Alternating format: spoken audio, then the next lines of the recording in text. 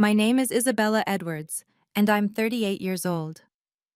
Have you ever been called a failure by your own parent? Not in private, but in front of 200 people at a grand ballroom? That's exactly what happened to me at my father's retirement dinner. He stood at that podium, looked directly at me, and told everyone I was his biggest disappointment. Not because I'd done something wrong, but because at 38, I was unmarried and childless. My MBA from Wharton? Meaningless. My tech company with 200 employees? A waste of time. But what happened next changed not just that evening, but the entire power dynamic of our family forever. Before I share how one unexpected ally turned everything around, please take a moment to like and subscribe, but only if you genuinely enjoy stories about standing up for yourself with dignity. I'd love to know where you're watching from and what time it is there. Drop a comment below. It's always fascinating to see how far these stories travel. It all started 3 weeks ago when I received the invitation. The invitation arrived in a cream-colored envelope, hand-delivered by courier to my office. My father never did anything halfway. The gold-embossed lettering announced his retirement celebration at the Peninsula Hotel's grand ballroom. 200 guests. Black tie mandatory. I called him that afternoon. Congratulations on your retirement, Dad. Isabella, make sure you're there. Front table. It's important. His voice carried that familiar cold edge I'd known since childhood. Of course. Should I prepare anything? A speech, perhaps? No, just be there. Wear something appropriate. The night of the event, I arrived to find the ballroom transformed into a monument to his success. Crystal chandeliers cast golden light over tables dressed in ivory linens. A string quartet played softly in the corner. The guest list read like a Fortune 500 directory. CEOs, board members, venture capitalists. My mother intercepted me near the entrance, her fingers nervously adjusting her pearl necklace. Isabella, darling. She kissed my cheek, then whispered, "Your father has something planned." What do you mean? She glanced toward the head table where my father stood surrounded by admirers. Just be prepared. He's been talking about legacy all week. I found my place card at the main table, right between my younger brother Marcus and my father's seat. The placement felt deliberate, calculated. Marcus was already there, his third whiskey in hand, wearing that smug expression I'd learned to ignore over the years. "Sister," he nodded. "Ready for the show?" "What show?" He just smiled and took another sip. As guests filled the room, that familiar knot formed in my stomach, the same one I'd felt at every family gathering since I'd started my company 5 years ago. Something was coming. I just didn't know what. The evening began with the usual corporate pleasantries. My father worked the room like the seasoned executive he was. 65 years of commanding boardrooms, evident in every handshake. When he introduced our family to his colleagues, a pattern emerged that made my skin prickle. "This is my son Marcus," he'd say, his hand firm on Marcus's shoulder. "The future of Edwards Industries. He's been instrumental in our recent expansions." Marcus would puff up, shaking hands with unearned confidence. The truth? He managed a single regional division that barely broke even. But tonight, he was royalty. "And this is my wife Sarah," my father would continue, "the backbone of our family." Then his eyes would skip over me entirely, moving to the next introduction. When pressed by guests who knew of me, he'd add, "Oh, and Isabella. She runs a small tech startup." Small. The word stung every time.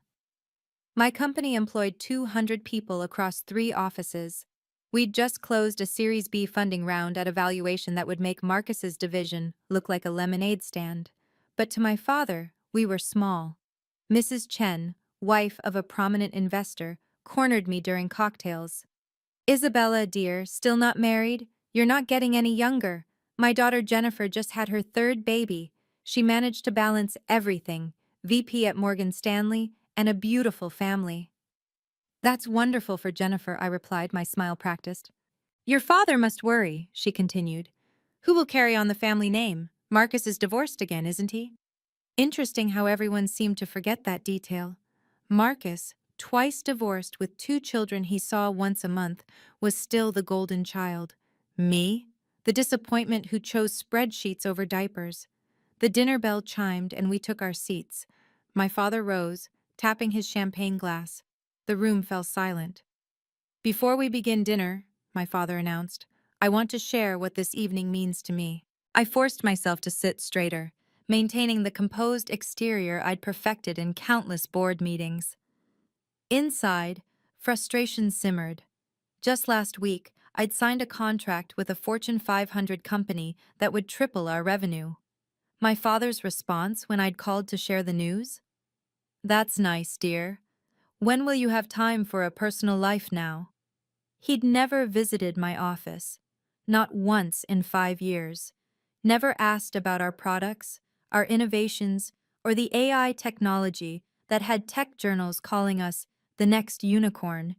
But he could recite every detail of Marcus's mediocre quarterly reports. "Family," my father continued from the podium, "is the true measure of success. Money comes and goes, companies rise and fall, but family, legacy, that's eternal." Several guests nodded approvingly.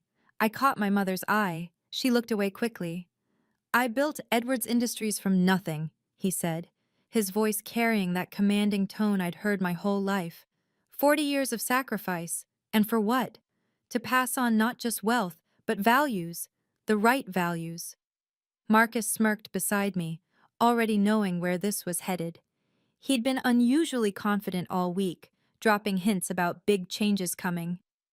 My phone buzzed with a text from my CFO. "Congratulations again on the Morrison deal. You're trending on TechCrunch." The Morrison deal. 6 months of negotiations with Morrison Group, one of the largest private equity firms in the country. We'd closed it yesterday, but I'd kept it quiet, planning to announce Monday. My moment of triumph, overshadowed once again by my father's theater. "Tonight," my father said, his eyes finding mine, "I want to talk about disappointments and victories." The room held its breath. So did I. My father's pause stretched deliberately, letting anticipation build. I knew this tactic. He'd used it in hostile takeovers, making opponents squirm in silence. Now I was the opponent. "Success without succession is failure," he declared. "What good is building an empire if there's no one worthy to inherit it?" The implications hung heavy. If I stayed silent through whatever was coming, the damage would ripple far beyond this room. Several of my employees were here as guests of other executives. My CFO sat 3 tables away with her husband, a Goldman Sachs partner. 2 of my board advisors were somewhere in this crowd. My professional reputation, carefully built over 15 years, could crumble in minutes. The tech world was small and unforgiving. One viral video of me being humiliated by my own father would overshadow every achievement, every innovation, every late night building something from nothing. "The choices we make define us," my father continued. "Choose career over family. And what do you have? An empty office and a cold bed." Marcus leaned over, whispering, "He's been planning this for weeks. The whole board knows I'm taking over." The board. I scanned the room and spotted them, 5 members of Edwards Industries' board of directors, including William Morrison himself, the chairman and largest shareholder with 40% stake.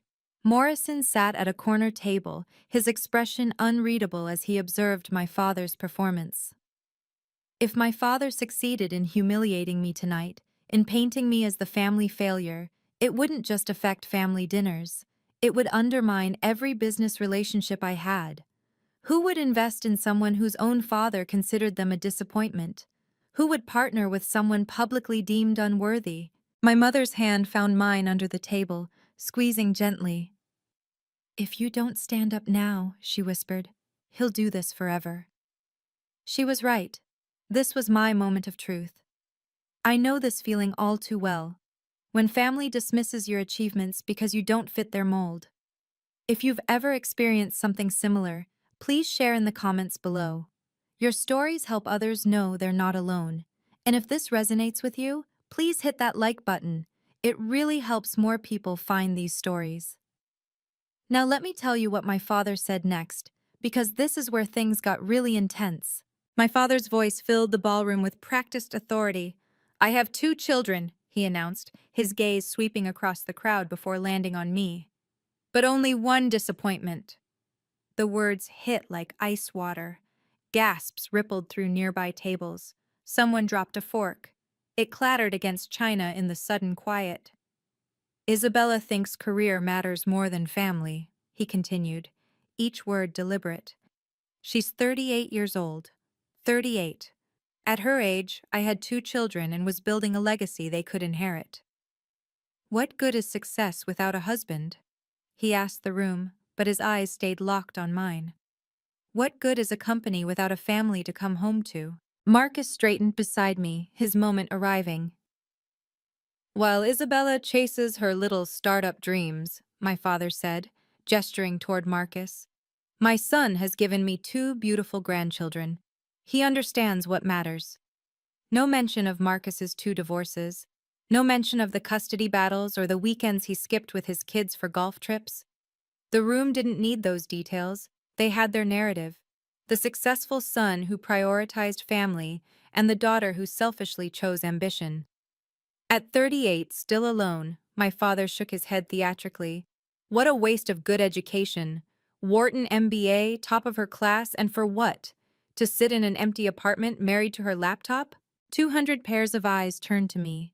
Some held pity, others judgment, a few barely concealed satisfaction. The women especially, I could see them mentally calculating their own choices, feeling superior in their marriages and children. My phone lit up with another text, this time from a reporter at TechCrunch. "Is that really you at the Edwards retirement dinner, getting destroyed?" Someone was live streaming this. Of course they were. My humiliation would be viral by morning. Through my peripheral vision, I noticed William Morrison hadn't touched his champagne.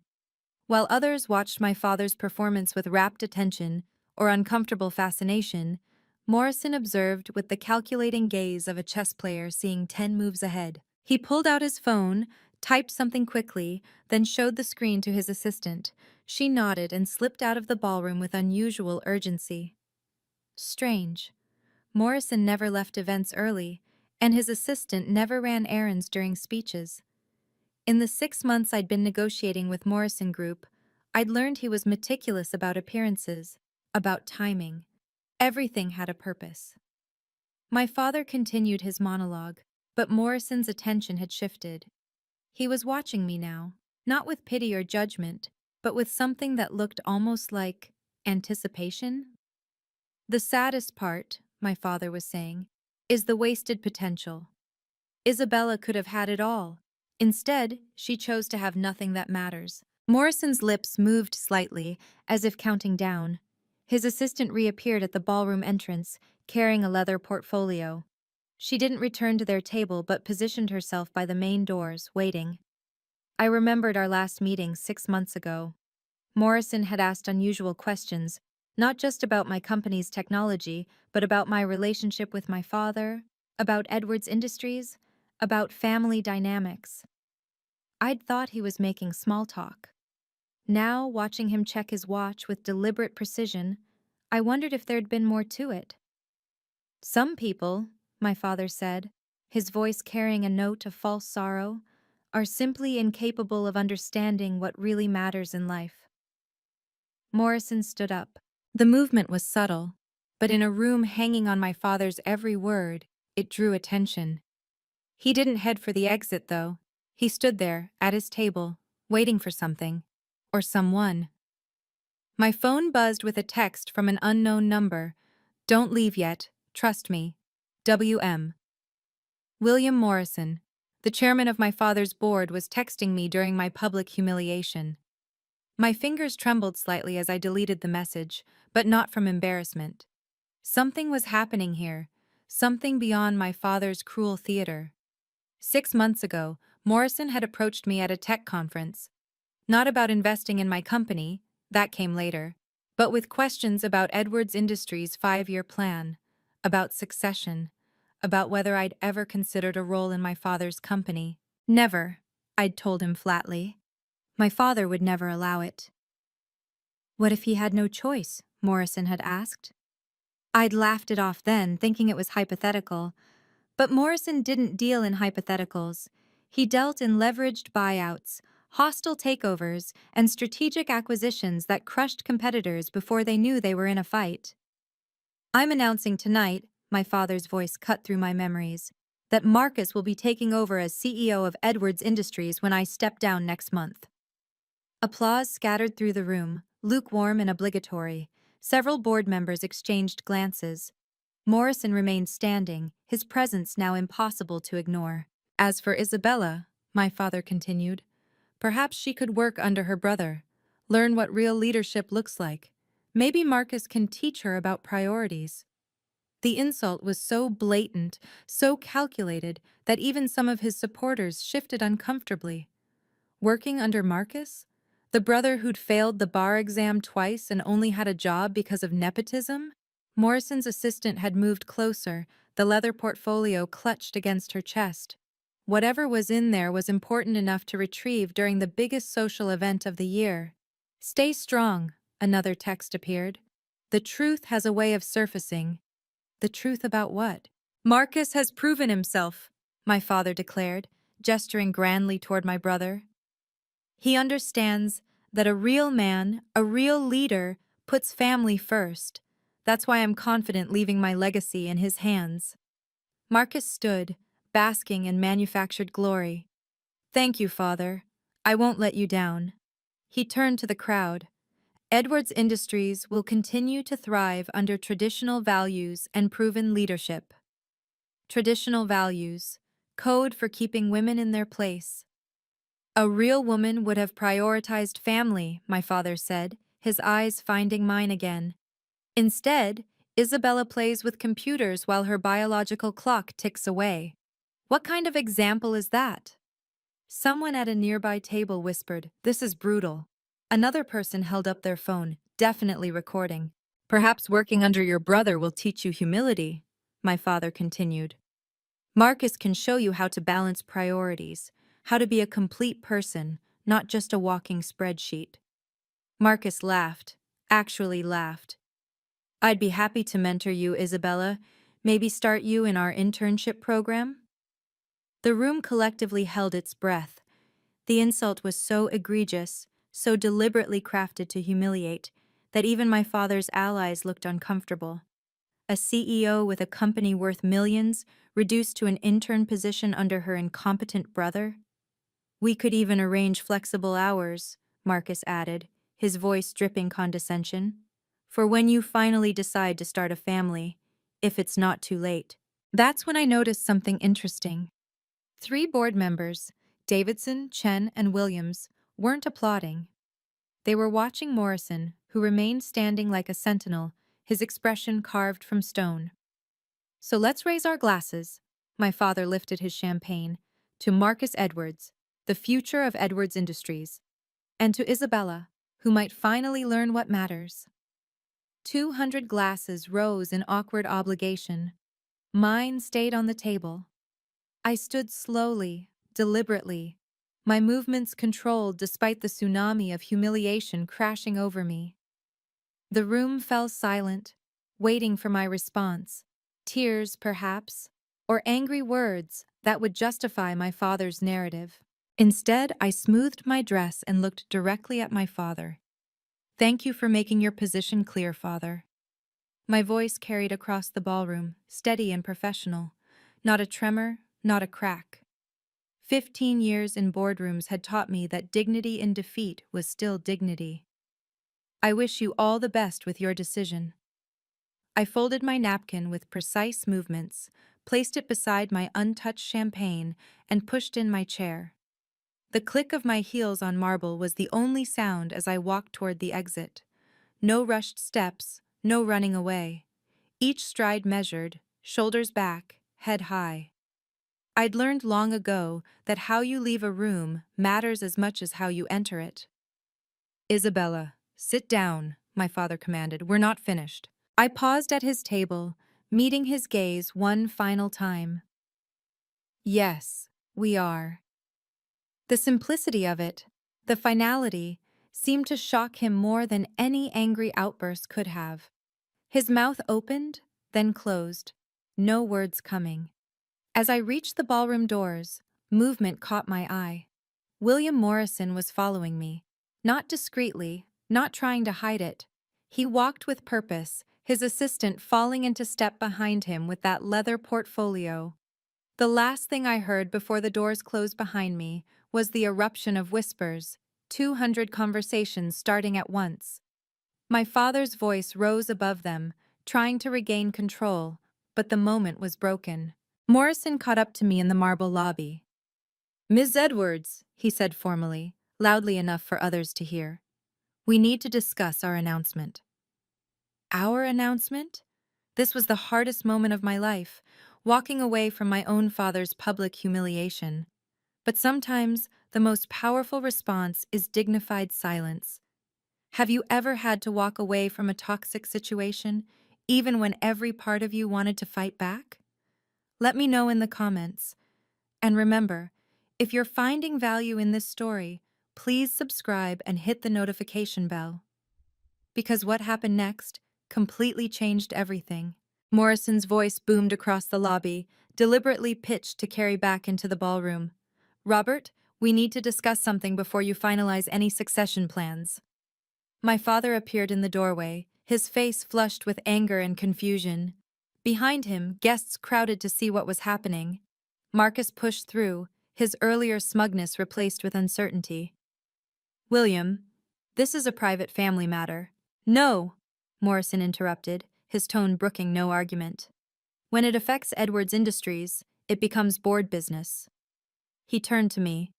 "Ms. Edwards, would you mind returning? This concerns you directly." I hesitated. Every instinct screamed to keep walking, to maintain my dignified exit. But Morrison's eyes held something I'd seen in successful negotiations, the look of someone holding a winning hand. "Please," he added louder. "Your announcement can't wait until Monday." My announcement? I followed him back into the ballroom, the crowd parting like the Red Sea.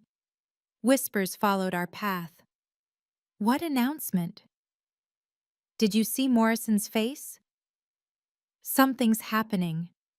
Morrison walked straight to the podium, gently but firmly moving my father aside. "Ladies and gentlemen, forgive the interruption, but there's been a significant development that affects everyone in this room." He gestured to his assistant, who handed him the leather portfolio. "This young woman," he indicated me, "just sold her company yesterday. The deal closed at 4 p.m. Eastern."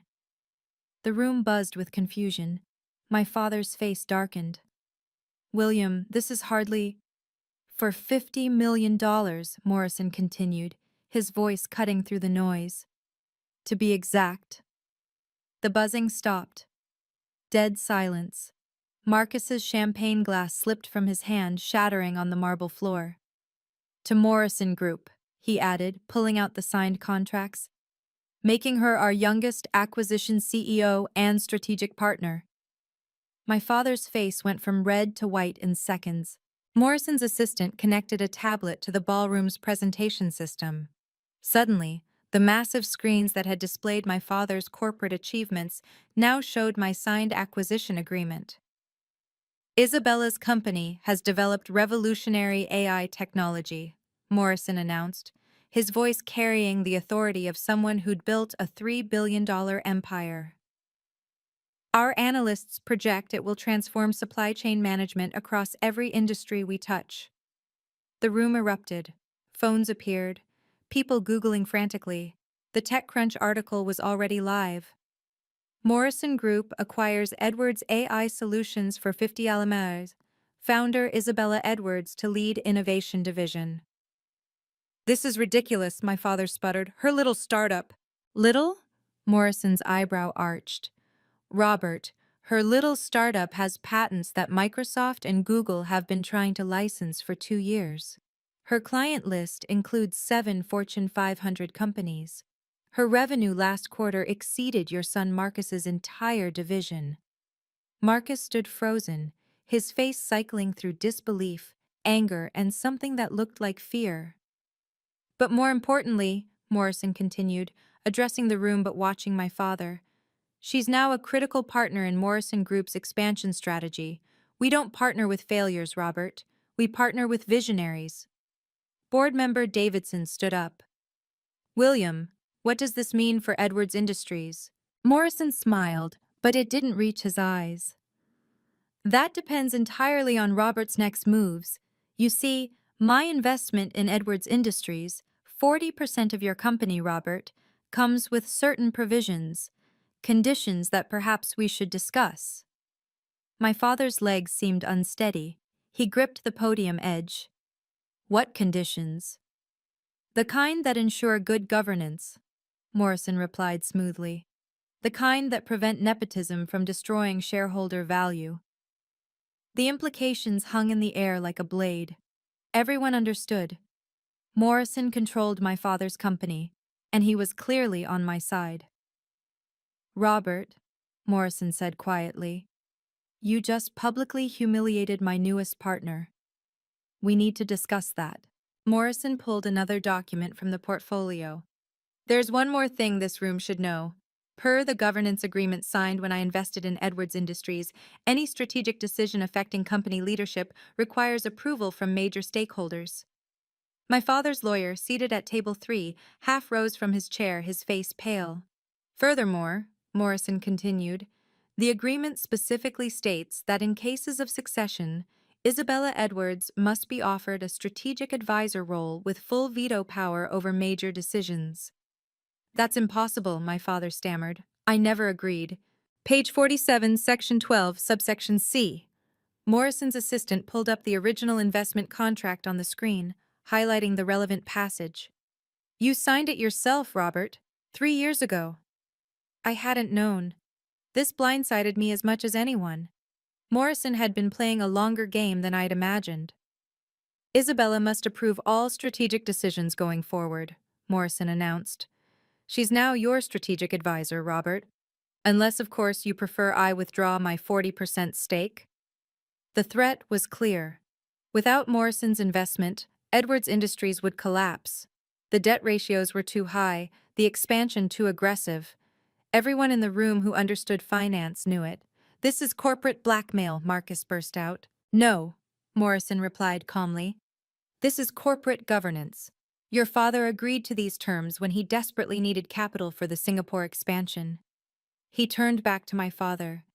You built in this provision yourself, Robert, insisting family members get priority for advisory roles. You just never imagined it would be Isabella instead of Marcus, did you? Chen and Williams, 2 other board members, stood. We support Morrison's interpretation, Chen announced. The contract is clear. My father looked around the room, searching for allies, finding none. Even his closest supporters were reassessing, recalculating, realigning. Your daughter is now essential to your company's survival, Morrison stated simply. All eyes turned to me. The woman my father had just called a disappointment now held his company's future in her hands. The irony was so perfect, so complete that someone actually laughed nervously. I stepped forward, my voice clear and steady. I'll accept the advisor role. Relief flickered across my father's face, but I wasn't finished. But with clear conditions. I pulled out my phone, opening a document I'd drafted months ago, hoping I'd never need it. Professional meetings only, with documented minutes. All interactions related to Edwards Industries will follow corporate governance standards.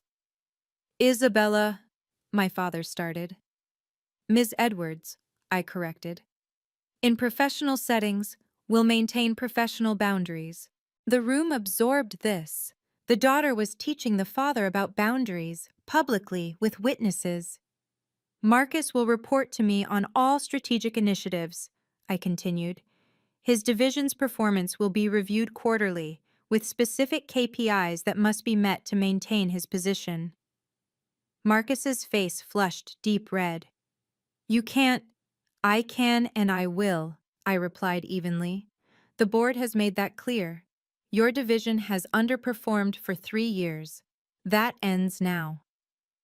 Furthermore, I addressed the room, there will be no personal discussions during business hours, no comments about my marital status, my choice to have or not have children, or any other aspect of my personal life.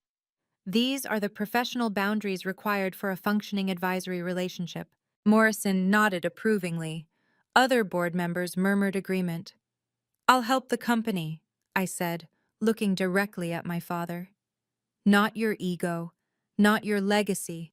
The company and its shareholders. Those are my terms. The ballroom waited. My father stood at the podium he'd commanded minutes ago, now diminished, his authority evaporated. The power dynamics hadn't just shifted, they'd completely inverted. Do you accept these terms, Mr. Edwards? My father stood frozen at the podium, his face cycling through emotions, rage, disbelief, humiliation, and finally, resignation. 200 people waited for his response, phones ready to capture whatever came next. His voice cracked. He cleared his throat, tried again. I accept your terms. The words came out strangled, forced, but they came out. In front of everyone who mattered in his world, Robert Edwards had to accept conditions from the daughter he'd just publicly humiliated. Excellent, I replied, maintaining my professional tone. My assistant will send over the formal agreement Monday morning. We'll schedule our first strategic review for next Friday, 2 p.m. Yes, he managed. Then, as if the words were pulled from him, Strategic Advisor Edwards. The title on his lips, my title, my name, my position of power over him, resonated through the ballroom. Cameras captured it all. The business blogs would have a field day. Marcus slumped in his chair, his grand moment of triumph evaporated. He'd gone from heir apparent to subordinate in less than 10 minutes. When our eyes met, he looked away quickly, the reality of reporting to me clearly sinking in. Mr. Morrison, I addressed the chairman formally. Thank you for clarifying the governance structure. I look forward to our partnership. Morrison smiled, the first genuine warmth he'd shown all evening. The pleasure is mine, Ms. Edwards. Morrison Group is fortunate to have you. My mother approached tentatively, tears in her eyes. I embraced her briefly, professionally, mindful of the cameras still rolling. Now, I announced to the room, I believe this was meant to be a retirement celebration. Please continue enjoying your evening. I have a company to run. With that, I walked out. This time, no one called me back. This time, my father watched in silence as his disappointment of a daughter left him standing there, diminished and defeated. By the time I reached my car, my phone was exploding with notifications.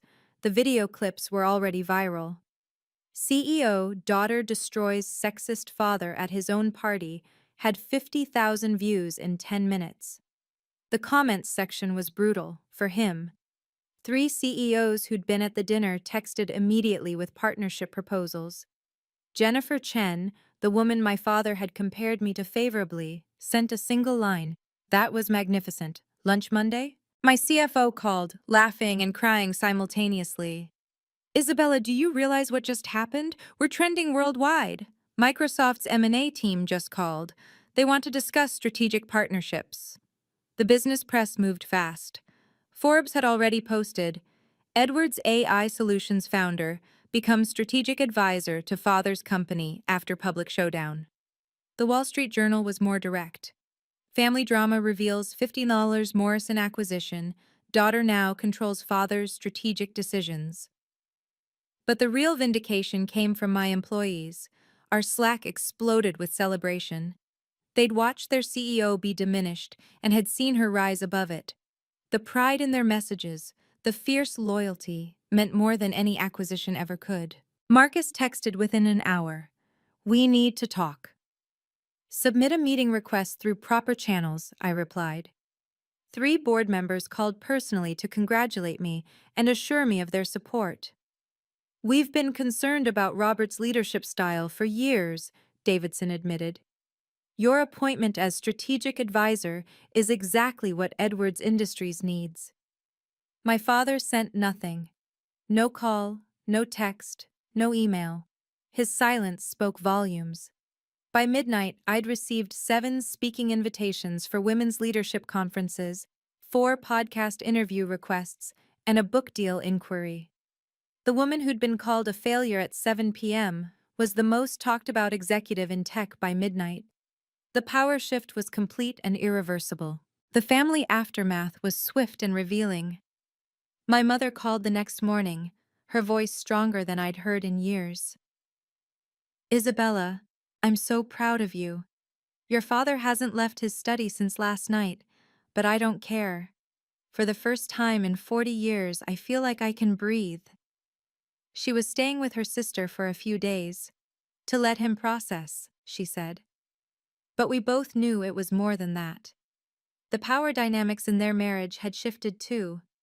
Marcus sent a formal email Sunday night. Isabella, I apologize for my behavior and comments at the dinner.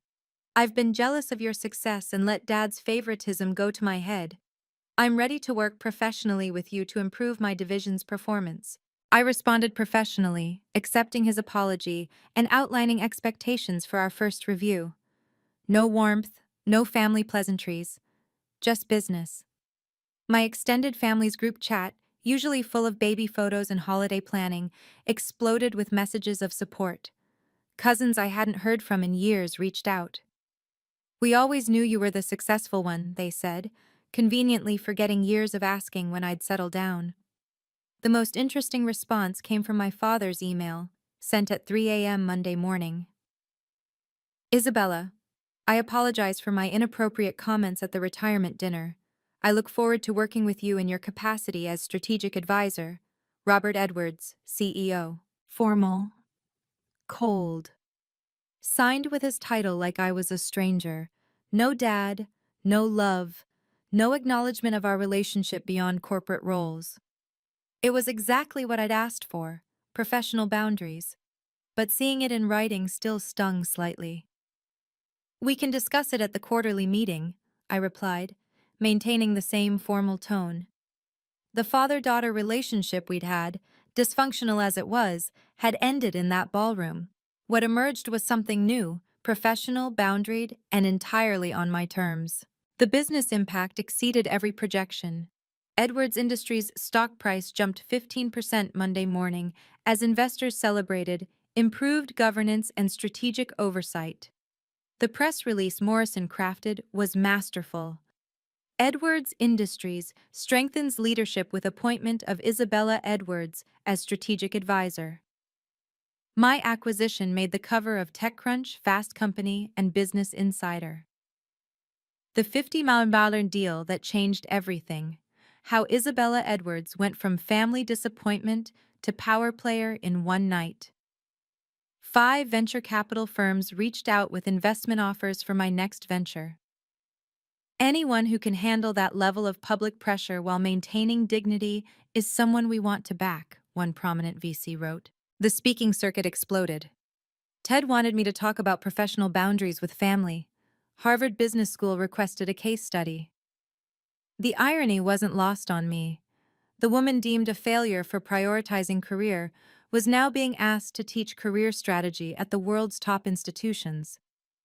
My employees' pride transformed into performance. Productivity surged 20% in the weeks following the dinner.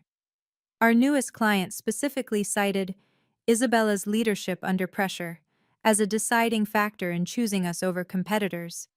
Even Marcus's division showed improvement once he started actually working instead of coasting on nepotism. His first report to me was thorough, humble, and showed genuine effort to address long-standing issues. Morrison called personally to check in. You handled that with more grace than I would have, he admitted. Your father's learning a valuable lesson about underestimating people. The Forbes 40 Under 40 list came out a month later. I was number 12, with a feature quote, "Success isn't about proving others wrong, it's about proving yourself right." Professional boundaries aren't walls, they're bridges to healthier relationships. My value was never determined by my marital status. The market had spoken, and it valued me at exactly $50 million and rising. 6 months later, Edwards Industries reported its strongest quarter in 5 years. The strategic changes I'd implemented, digital transformation, AI integration, and yes, Marcus's restructured division, had paid off magnificently. My father and I had developed a functional working relationship. Our monthly strategic reviews were efficient, professional, and surprisingly productive once ego left the equation. He'd learned to value my input, even if he couldn't bring himself to acknowledge it personally. The board is impressed with the turnaround, he said at our last meeting, maintaining eye contact with his laptop screen rather than me. Your recommendations have been beneficial. That was the closest he'd come to a compliment. I accepted it as progress. Marcus had transformed into a competent executive. Without our father's favoritism as a crutch, he'd been forced to develop actual skills. His division was finally profitable, and he'd stopped mentioning my marital status entirely. My mother had started her own journey, joining nonprofit boards and traveling with friends. I spent 40 years living for your father's approval, she told me over lunch. Watching you set boundaries gave me permission to set my own. The relationship with my father would never be warm. There would be no heartfelt reconciliation, no tearful apologies, no hallmark moment. But there was respect, grudging, hard-won, and professional. I'd been tracking something interesting. My father had been quietly following my success. It had noticed him accessing every article about my company, watching my conference keynotes on YouTube, even Googling my name daily. He couldn't bring himself to express pride directly, but he was watching. That had to count for something. Respect isn't inherited, I told a conference audience recently. It's earned. And sometimes, the people who should respect you most are the last to learn that lesson. The boundaries I'd set hadn't destroyed our relationship. They'd saved it. Success, I've learned, isn't about proving others wrong. It's about staying true to your values when everyone insists you compromise them. My father wanted me to shrink myself to fit his definition of success. Instead, I built my own definition and let the results speak for themselves. Family can love you and still not understand you. That's a painful truth I've had to accept. My father loves me in his limited way, but he may never understand why I chose the path I did. And that's okay. His understanding isn't required for my success. Professional boundaries saved our relationship. By removing the personal from our professional interactions, we found a way to coexist that didn't require me to sacrifice my dignity or him to change his fundamental beliefs. It's not perfect, but it's peaceful. I'm 39 now, still unmarried, still without children, and I've never been happier or more fulfilled. My company continues to grow. My employees respect me. My peers value my opinion. My worth was never negotiable. I just had to stop letting others bid on it. The most powerful moment of that night wasn't Morrison's revelation or the public vindication. It was the moment I stood up and walked away with dignity intact. That's when I claimed my power, not when others recognized it, but when I refused to let anyone take it from me. Your worth isn't determined by your relationship status, your reproductive choices, or your family's approval. It's determined by your integrity, your accomplishments, and your impact on the world. Don't let anyone, not even family, convince you otherwise. Set your boundaries. Hold them firmly. The people who truly matter will learn to respect them. And those who don't? Well, their opinions shouldn't matter to your success. I'm still Isabella Edwards, still building my empire, still unmarried at 39. And that's exactly who I'm meant to be. Thank you for listening to my story. If you've ever struggled with family who don't understand or respect your choices, remember, you have the right to set boundaries, even with those you love. Your value isn't determined by others' expectations. What boundaries have you had to set with family? Share your story in the comments below.